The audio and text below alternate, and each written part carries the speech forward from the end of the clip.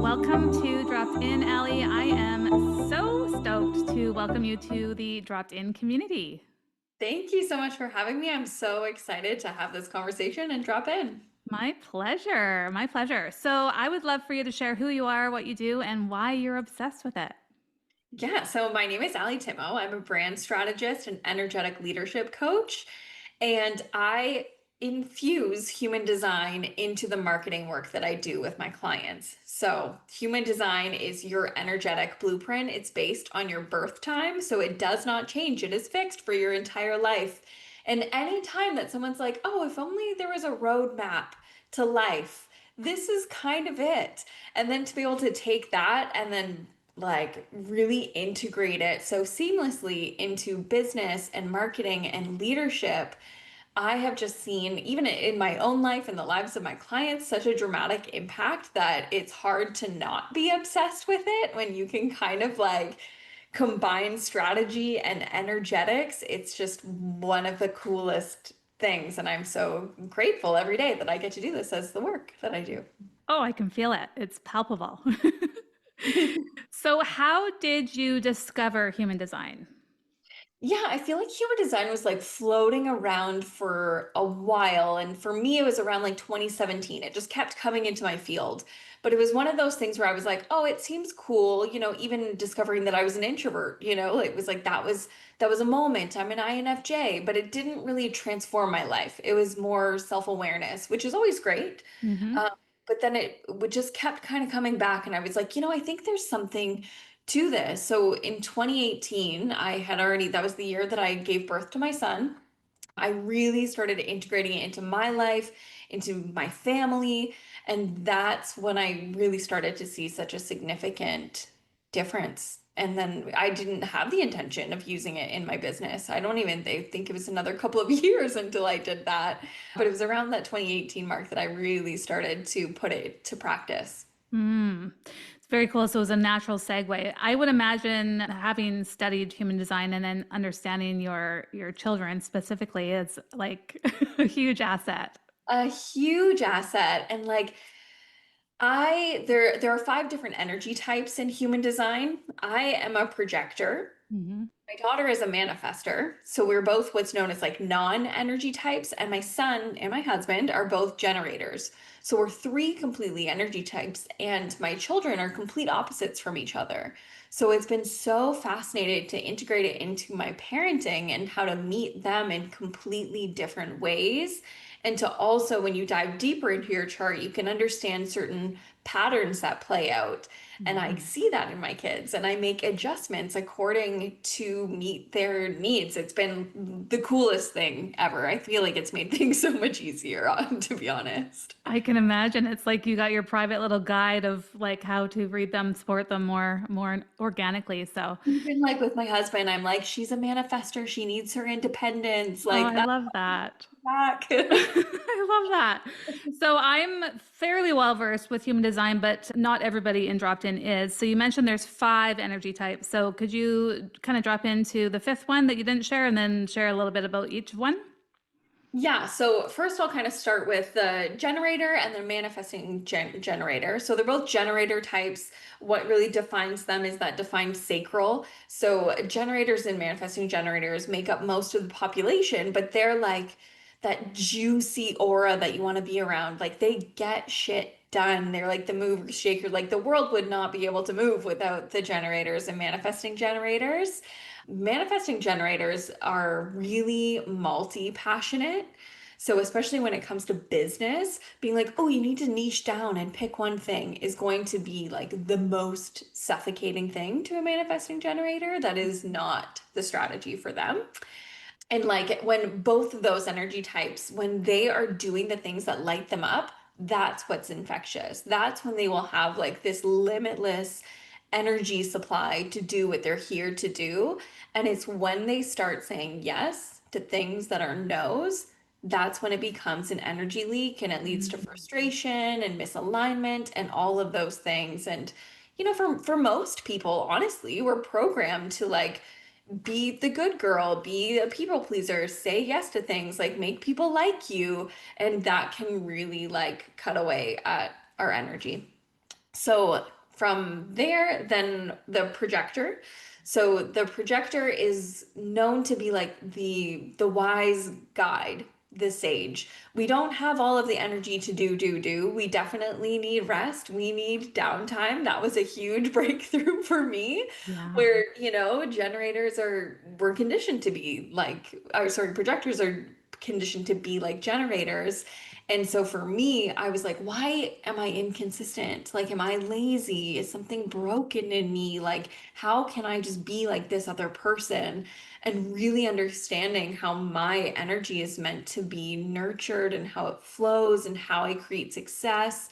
It was just such a point of liberation for me and really understanding the power of my own voice and my own wisdom and my intuition. Like these are things that I massively minimized for my entire life. Mm-hmm. And from there, we have the manifester. So, manifestors are actually the only energy type that can go and initiate and get things done. Everybody else has a different strategy that involves some level of like waiting or responding, but manifestors are just so fiery. Like, they really value their independence. They have a really big energy and aura that can be really triggering for other Mm-hmm. people. So typically manifestors are like conditioned to kind of stay in the box or like that they were told that they were too much. But it is their too muchness that the world needs. Like they're not meant to be liked by everybody. They're massive initiators and catalysts and activators and ideas people. Like manifestors are just a force to be reckoned with. And they're one of the more rare types. And then lastly, we have reflectors. So if we were to look at a human design chart, we would see all of these symbols, and those symbols are your energy centers. And those energy centers are either open or they're defined. So defined means that you have your own natural energy flow within that center. And if they're open, you're taking in a lot from the world. And what defines a reflector is that every single energy center is open. Mm. These are highly sensitive people, and if you want to get a pulse on like the state of the world or what's going on, go ask a reflector because they are mirrors for it all, but they need a lot of energetic protection for sure. But Mm. like so wise, and just every reflector I've met, and it's less than 1% of the population, and every reflector that I've met is just like so sensitive and so wise and just like this beam of light. Like I adore them so much. Yes, I only know one reflector, and it's so true. So true. A rare breed. So it's fascinating. I attract a lot of projectors in my life, in my business. So it's like I can see how much of an awakening it is to learn from their perspective and from your perspective. Like, oh, this is my energy type, and like we're trying to keep up to the I'm a generator, so we're like trying to keep up to the generators, and it gets to be like that sense of burnout, right? Because it's like you have your own energy system that you can operate on, and once you get to honor that, I can imagine just how liberating that is.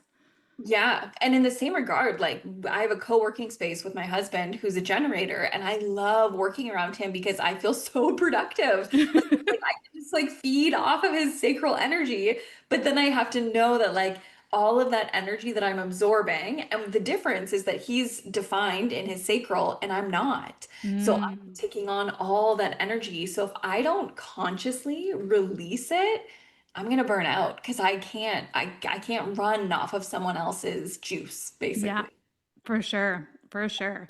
I think one of the most liberating pieces for me was learning that I was actually emotional generator because I Uh-huh. I used to make decisions and like, oh, why did I say yes? Or, and it's like, but now it's like, now I ride the waves of emotions. And then it's like, okay, then I can make like embodied decision from that space. That was a huge, huge liberation for me.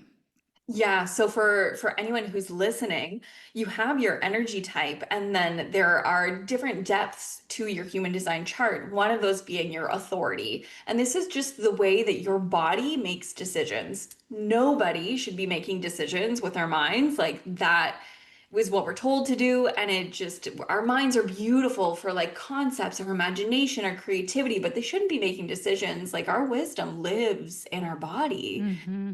And one of those authorities is your emotional center. And so your emotional center, if you're an emotional authority, you need to take time. You will experience those highs and lows of emotion, and you have to wait for like emotional neutrality for that clarity to come through. And you being a generator, you have a defined sacral. So it's not like you don't get a gut instinct. It's not like you don't get that sacral hit. But what I find with emotional authorities is that there's like a depth to the clarity that comes through if you wait. So it's not Mm-hmm. that your first instinct is incorrect, but there's like new information that you get to download, and then you get to bring that to the world once you've really kind of sifted through and kind of like rode the wave of your emotional wave, basically. Yeah. Mm. So cool. So cool. So I can imagine, so you mentioned you brought this into your business a few years ago, correct? Yes. So how did things shift and change for you once you started to bring this energy into your line of work? Oh my goodness. I feel like already as a projector, one of my, and I'm a line too, so like my intuitive gifts come very, very naturally to me. So it's as a projector, I really naturally see people and I see their blind spots. So I'm able to read energy really easily. But I found that integrating human design for myself and for my clients, it's just this additional tool to be like, hey, the resistance that you're feeling, the patterns that you're experiencing, you don't need to identify with them as who you are. They're not who you are. You have this tool, you can see how the energy is kind of flowing in your body, and you can choose something different. And so I find that a lot of these patterns live in our energy centers, and they operate either at a high frequency or a low frequency. So in business, we're going to experience energetic wobble. We're going to experience doubt. We're going to experience resistance. We're going to experience all of these things. And to be able to be like, hey, here's what's going on. Now let's pivot the strategy. Let's go Mm-hmm. here. And like the way that you want to story tell in your marketing, that's actually how you're meant to do it. And that's why you feel so inclined to lean that way, is because you're literally designed to do that. So we might have these feelings of what we want to do, because I don't think that human design is going to tell you anything that you don't already know about yourself. You know yourself better than anybody in this world. But as humans, we're going to have these doubts. So to be able to have this tool to be like, you don't have to doubt that. You get to lean into this more. Like, this is actually your gift. It is just a huge, massive permission slip and a point of liberation for so many people that just, it unlocks everything. Mm-hmm. I love that you shared that we know ourselves better than anyone else, because so often, especially in today's day and age, being the age of Aquarius, like we are just, information is at our fingertips, like Yeah. within milliseconds. So we can constantly go outside of ourselves for the answers, right? But Yes. really, when you start to understand your energetic blueprint that you teach, it's such an incredible journey of like a deeper understanding of self and having that deeper self-awareness. Would you agree? Yeah, a huge homecoming. And Mm-hmm. I think too, even talking about human design, people can still use it to limit themselves. Oh, yes. Like they can be like, oh, I'm a projector. I have to wait for the invitation and then Yeah. not do anything. And it's like now you're outsourcing your power to a system. So Mm-hmm. there's still ways that, we're still going to be human. There's still Yeah. ways that we're going to like fight for our own limitations. And Mm-hmm. so it's like a really nuanced ground to walk. And I don't think anybody should be like, I live and breathe by human design Mm-hmm. or nuanced people as that, which is why I would never say like, oh, I read your chart, like I know you better than you know yourself. It's like that's ridiculous. I haven't walked in your shoes. So definitely to be able to use it as a system to continuously expand you and to continuously remove those limitations by placing the power back in your own hands is the most powerful thing that you can do. Thank you for saying that. Because I see a lot of individuals just like, oh, this is like almost like their identity now. And it's like, well, this is why I can't do this, or this is why I'm not doing this. And it's like, okay, like I love to have a better understanding of me and all different energetic standpoints, but it's just data. It's not like my identity, right? Like I'm a 2-4. So there's that inner conflict of one wants to party, one wants to stay at home, right? So it's like, oh, the 2 in me just wants to hide. It's like, okay, is that an excuse, or is that what is actually occurring right now, right? 100%. And I'm a 2-4 as well. So I can Okay. totally get that. Yeah. The 2-4 is like the duality. It's like the introverted extrovert. And again, like, and I, of course, have been through those experiences where, you think that you're doing the most powerful thing, and like the mind can play a lot of tricks on you, and like secretly you're actually just using that as an excuse to hide or not Hmm. be visible, not show up. And so it is really about like getting really real with what is true for you and what beliefs you want to subscribe to. Hmm. Amen, sister. I love that. Do you infuse gene keys into the work that you do as well?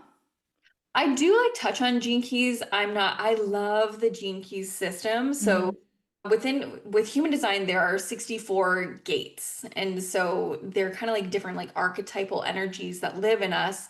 And each of those gates is also a gene key. So the systems like are kind of like sisters in a way. But I find the gene key system is a lot more feminine. And Hmm. so reading the gene keys, it reads like poetry. So I love it as something I can like look into and kind of percolate on. So it kind of depends on the situation. Like if someone wants to like dive into that, then I'm cool to explore that a little bit Yeah. just because I think it's such a beautiful system, but they definitely like pair well together. Hmm. Yeah. I love the gene keys. I'm not well versed with them, but I have definitely read through the book. So it's all fun stuff. I love it. Yeah, yeah, definitely. And I think for me too, in this season that I'm in my business, and what I find a lot of people need help with in their business is really taking action and building momentum. Hmm. So I have been, I've integrated and been using human design for so long, and I've also seen the patterns that come up in people where they use it as a distraction. Oh, I want like another human design reading. Like tell me all the things about my human design. Whereas I'm like, no, what's alive for you right now? And what's Hmm. actually getting in the way right now so that you can go and do the thing that you actually want to do? What's going to actually get you closer to your vision? Is it Hmm. understanding every gate that's activated in your human design chart?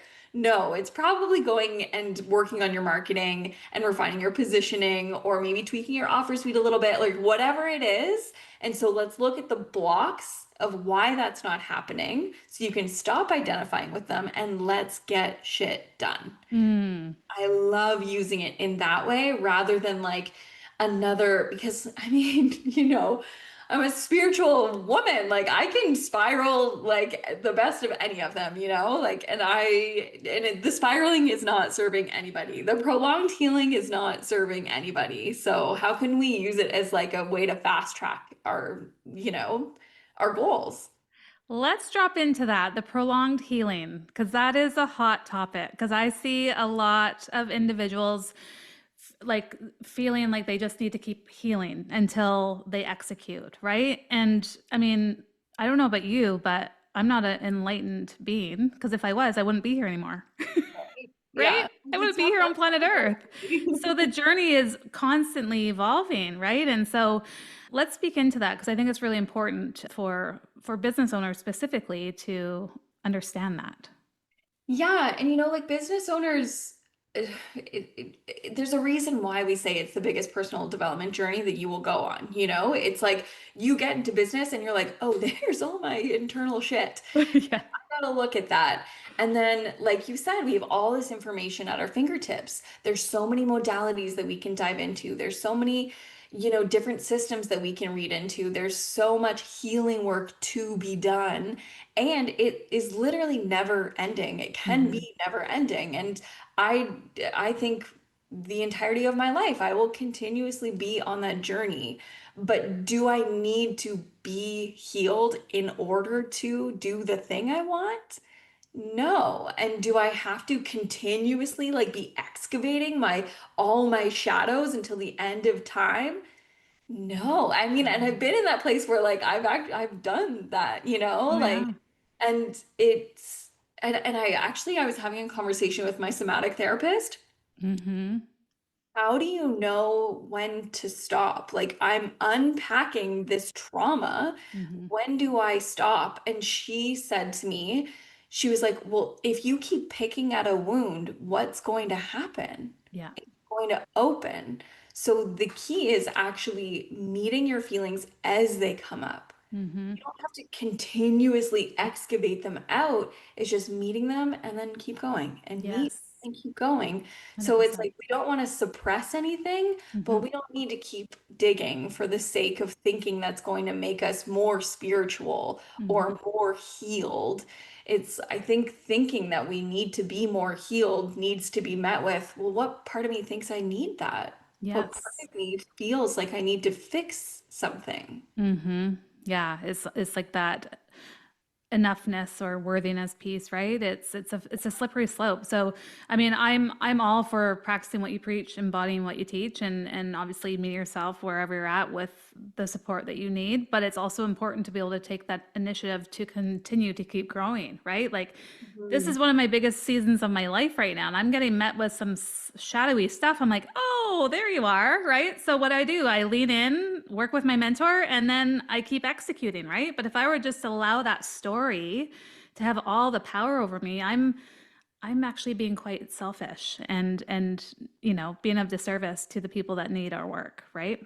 Yeah, it can really send you off track really quickly. And I've had seasons where I'm like, whew, that really, I did that medicine journey. And now all of a sudden I'm like 6 months later and I'm like, well, shit, those goals got pushed to the side for like this deep initiation I went through. Like, was that really necessary? Like, obviously the path is the path and it's going to be what it's going to be. But I think it's like, it's really prevalent, especially in kind of like the industry that we're Hmm. in, like always being told that, like, for example, I had a client that I was working with in my mastermind, and she was in a launch and nobody was buying. And she was convinced that it was because there was something wrong with her, something that she Hmm. needed to heal within her. And that's why she wasn't attracting people into our launch. And I was like, what if it actually has nothing to do with you and you actually just need to tweak your messaging to talk to the people who you want to come into your mastermind? Hmm. So there's like a really real spiral we can go in and think that there's something wrong with us that we need to heal instead of this really tangible thing that can be fixed pretty quickly that's going to get you closer to your goal. Hmm. Oh yeah, the tweaks, right? It's so fascinating. Well, I'm grateful she has you because it's easy. Like this whole healing journey can be very addicting, and it's like, well, we think we're doing stuff, right? When we're constantly healing, it's like, well, I'm doing it. I'm in the arena. I'm doing the work. It's like, yeah, you are. And like, what steps are you actually taking forth to bring your visions to fruition, right? Yeah, exactly. And I think that there are just so many incredibly gifted, talented, skilled women who are not showing up because there are these pieces living in the background.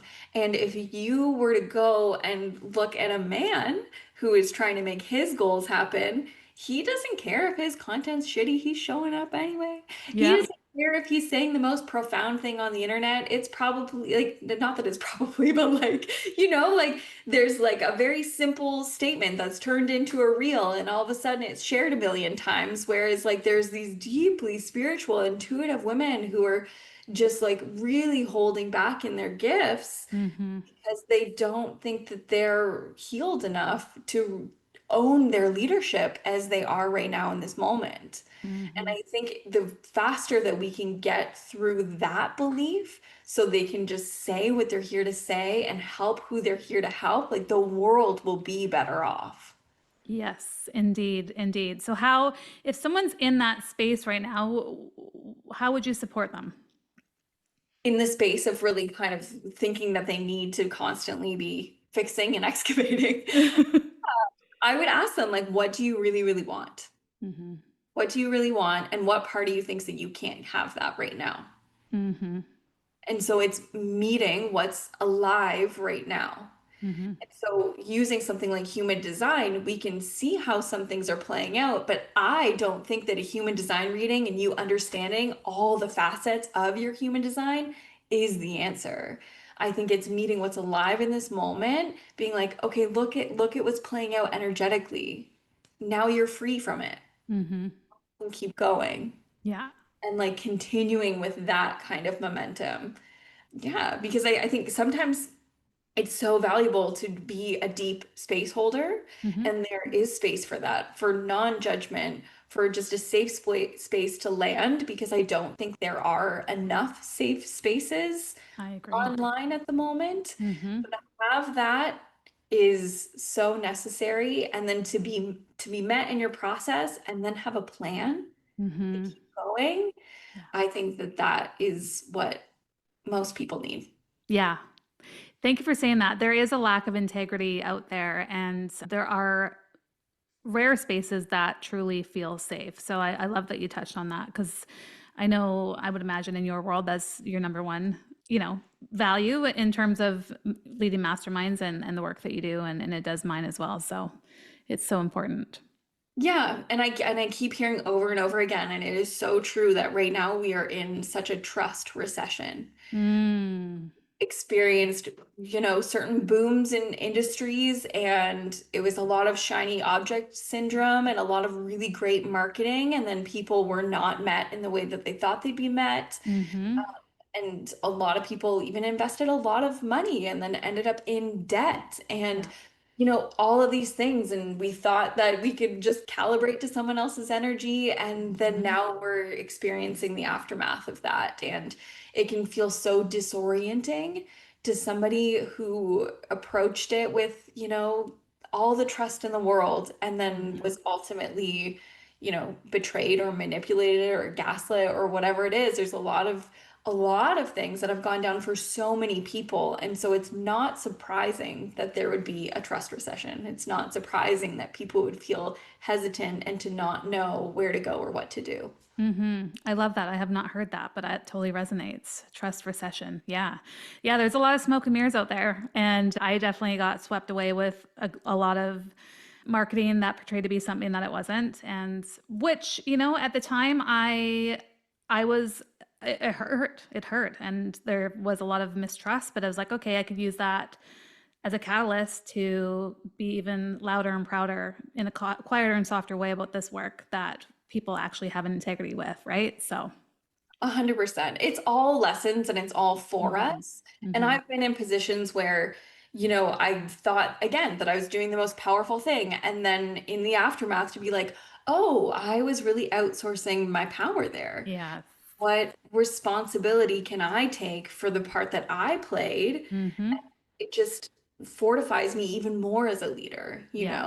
It's like 100%. I can spot those patterns. I can also, as a leader who is holding space for clients, I'm continuously placing the power back in their hands. Yes. Anytime I can feel like someone might be putting me on a pedestal of some sort, like I don't even necessarily like the term mentor. Like I like walking beside my clients Yeah. arm in arm. There's not like, I know you more than you and put all your trust in me. It's like, we're building this together. Let's do it 100%. together. Yeah. Yeah, yeah, it's cool. A lot of people in my world, like we hire each other, which is I just like this is the new era, right? Because there is no hierarchy. And it's like I can learn from you, you can learn from me. And it's like you said, like let's walk alongside each other. So I love that. I love Yeah. that. Yeah. The complete like dismantling of the power dynamic. Yes. So, Yes. and very like aligned with the Aquarian age for sure. Yeah. I love it. Oh, I could be here with you all day. It's been so good. How can people learn more about your work? How can they connect with you? Yeah, I feel like Instagram is probably the best place to connect. That's where I am most often. So I'm just at Allie Timmo, ALLIE TYMO. And Yeah, I'm getting ready to launch my signature program actually, which is called Unmute Your Marketing.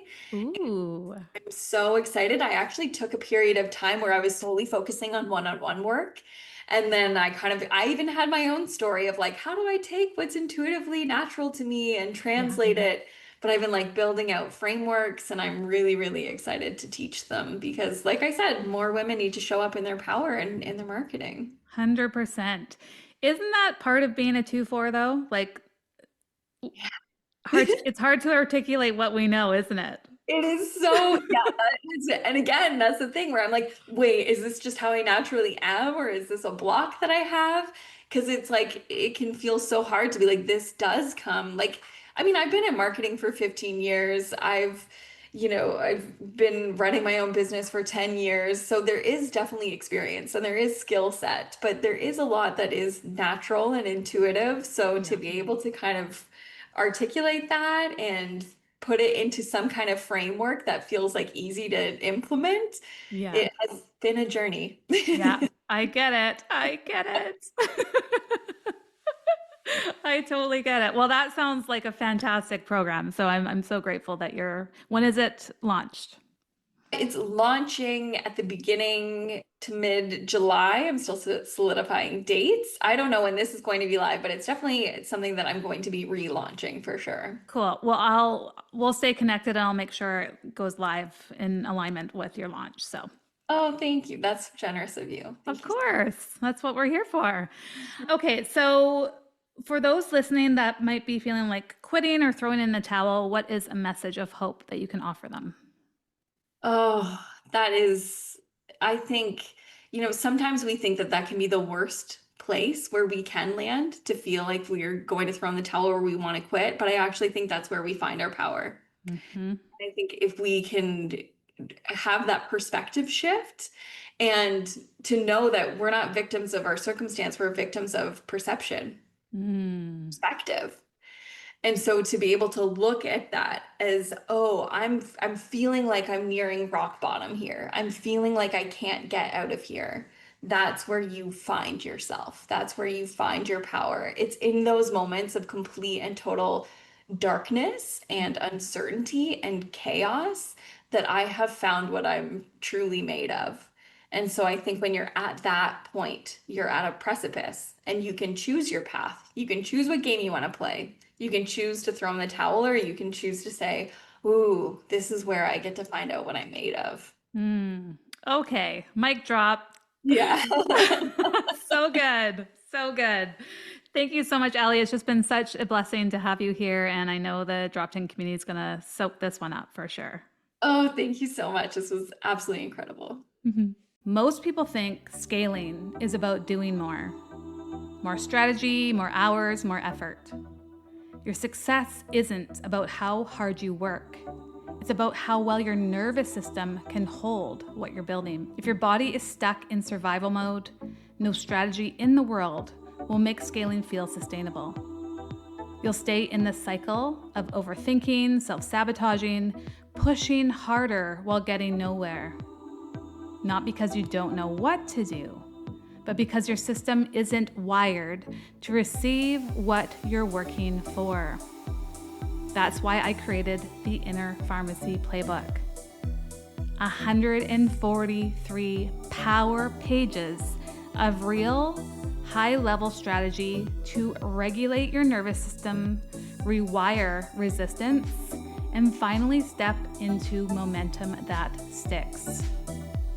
Because you weren't meant to build your empire through exhaustion. You were meant to build it with ease, clarity, and power. And that starts here.